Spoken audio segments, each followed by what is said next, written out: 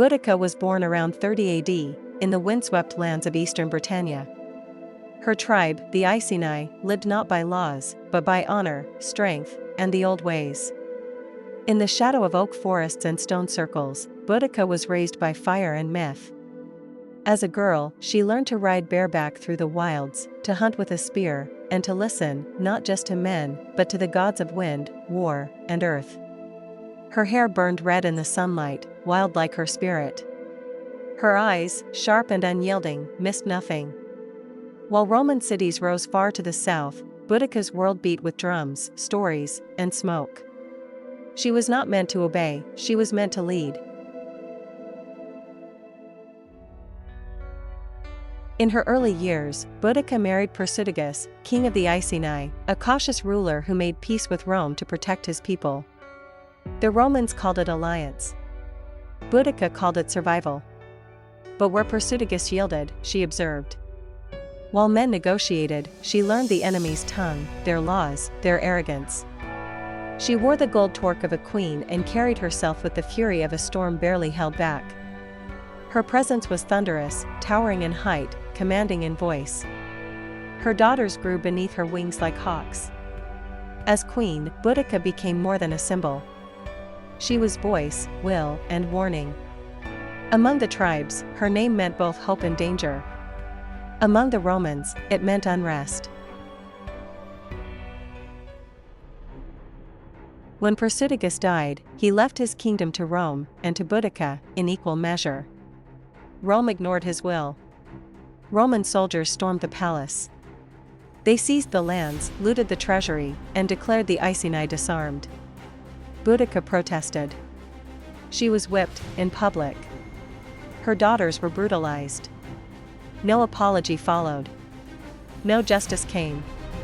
What Rome didn't know was that it had not broken a woman, it had awakened a war. Boudica rose from that humiliation with fire in her chest and vengeance in her bones. She rallied the Iceni. Then the Trinovants. Then others. Tribes who had long stayed silent, now sang war songs in her name. She stood before thousands, painted in blue woad, spear in hand, chariot wheels behind her. She vowed to burn Rome's poison from Britannia. And she did. Camulodunum fell first, burned to ash.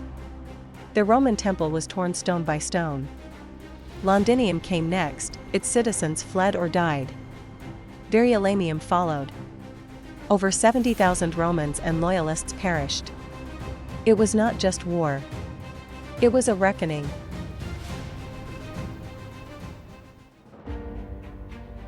In weeks, Boudica did what armies could not. She shattered Rome's illusion of control in Britain. She turned fear against the empire. Her battles were not just victories, they were messages. A woman, a mother, a widow, had brought the greatest empire to its knees. She led from the front, in a chariot with her daughters beside her, symbols of why she fought. She didn't seek conquest. She sought restoration. And for a fleeting moment, she achieved it. Across the Roman world, governors trembled. Nero considered withdrawal from Britain altogether. That was the power of her defiance.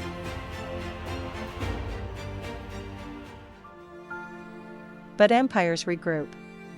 The Roman general Suetonius, cold and methodical, returned with a hardened army. He chose his battlefield carefully, narrow ground, flanked by woods, where chariots were useless. Boudica stood before her army, her voice a rising flame. She spoke not of conquest, but of freedom.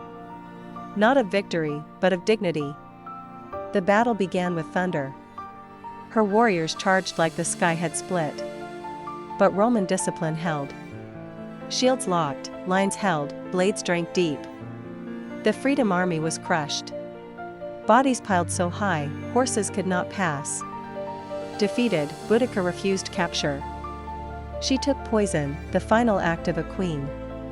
Her body was never found. But in that silence, her legend was born.